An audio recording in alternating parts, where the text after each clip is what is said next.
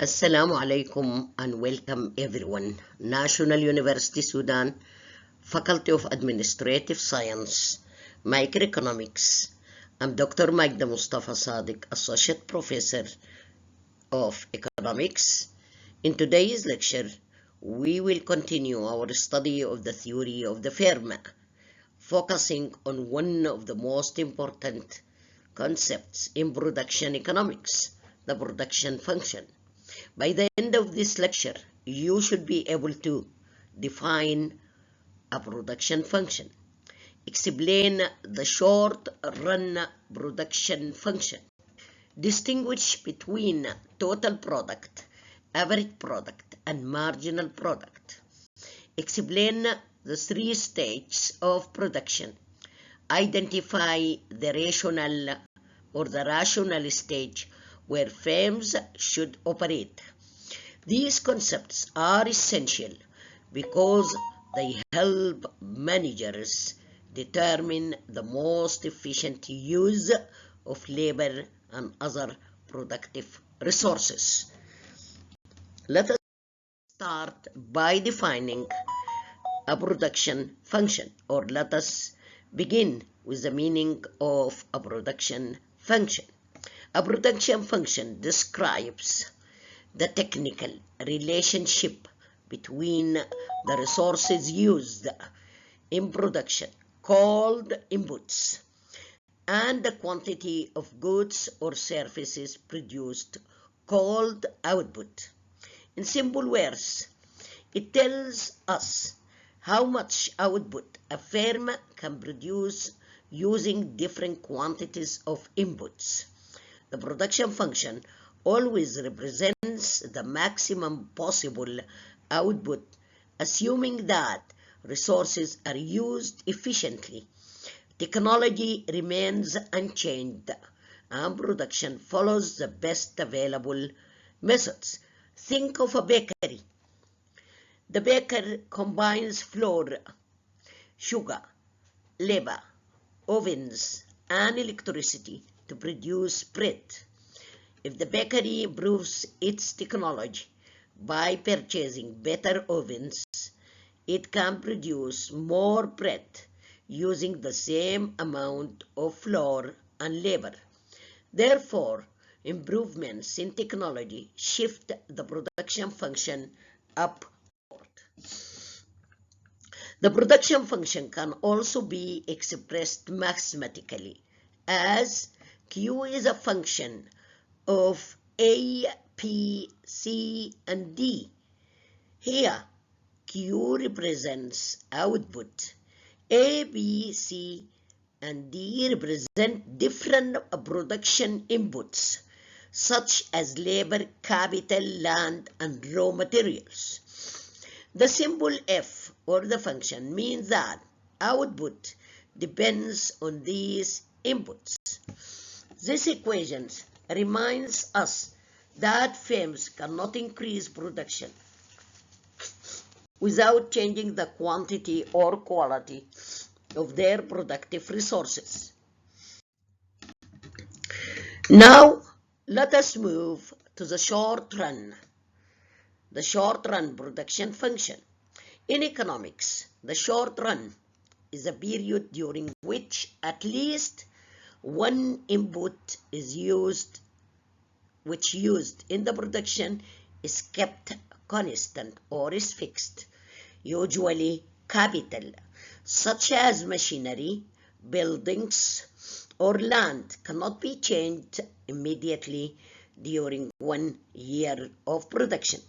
However, labor can usually be increased or reduced more easily in the short run. Therefore, in the short run, capital is kept constant or is fixed, while labor is a variable factor.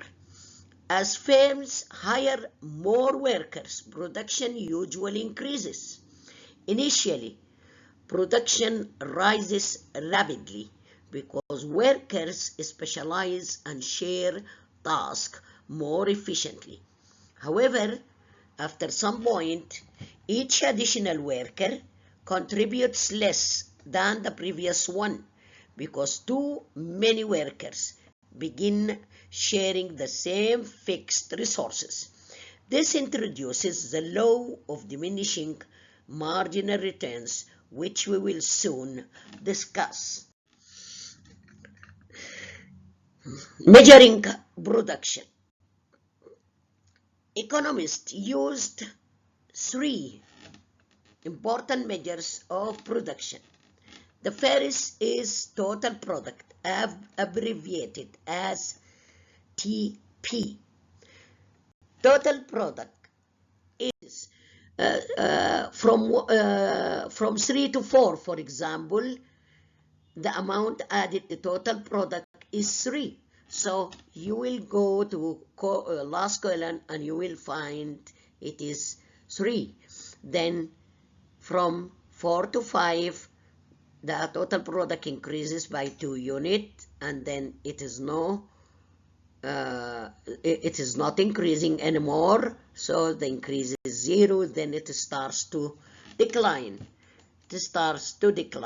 So at first, both average product of labor and marginal product of labor are increasing. Look here. Let me bring the laser pointer here. Here, both average product of labor are increasing, and here also from 0 to 3. Then it starts to decrease here. To here, it starts to decrease up to the end. Here also it starts to decrease from 4 up to -3. But sometimes average product of labor is larger than marginal product of labor, and sometimes it is the reverse. So at first, both average product of labor and marginal product of labor increases. Later, marginal product of labor starts to decline. Eventually, marginal product of labor reaches the 0 here. Finally, marginal product of labor becomes negative, and these changes divide production into 3 distinct stages. We are going to discuss this later on the graph and see. This is the first stage. We can use a lighter color, maybe green. So this is the first stage. This is the first stage. I don't know why the pen is not working. So this is the first stage here. Okay, up to here.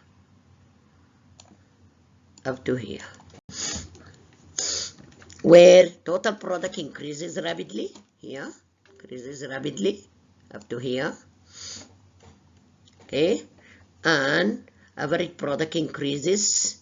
Marginal product is greater than average product. Look here, the orange is larger than the blue. Why does this happen? Because workers become more specialized.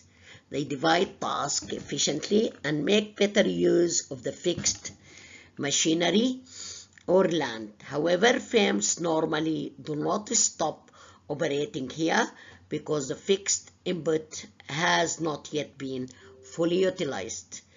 The second stage, diminishing returns, begins when average product starts to decline.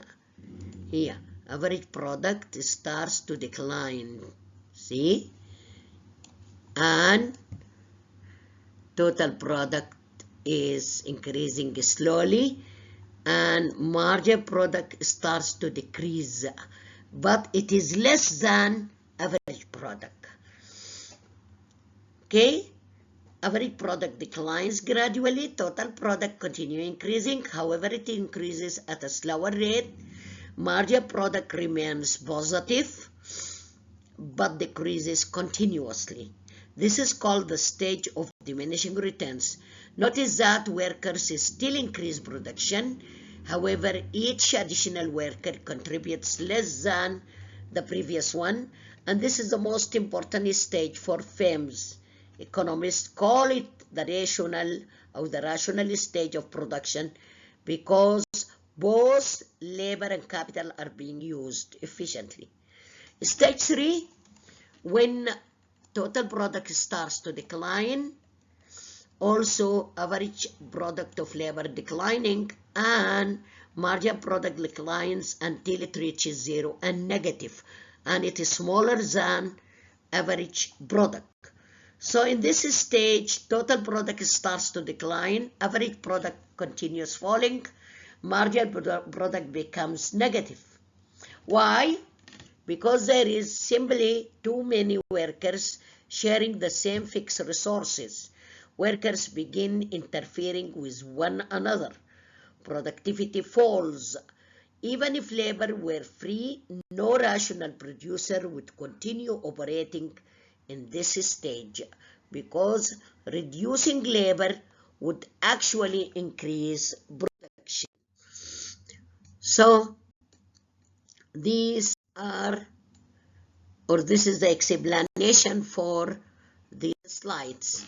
For the matching exercise 1, I'm going to do the first one, and the students has to continue doing the remaining ones. Let me first review what we have learned. Match each production concept with its correct definition. So this activity reinforces the meanings of production function, total product, average product, margin product, fixed input, and variable input. So you can solve it after you study this lecture carefully. You have also another matching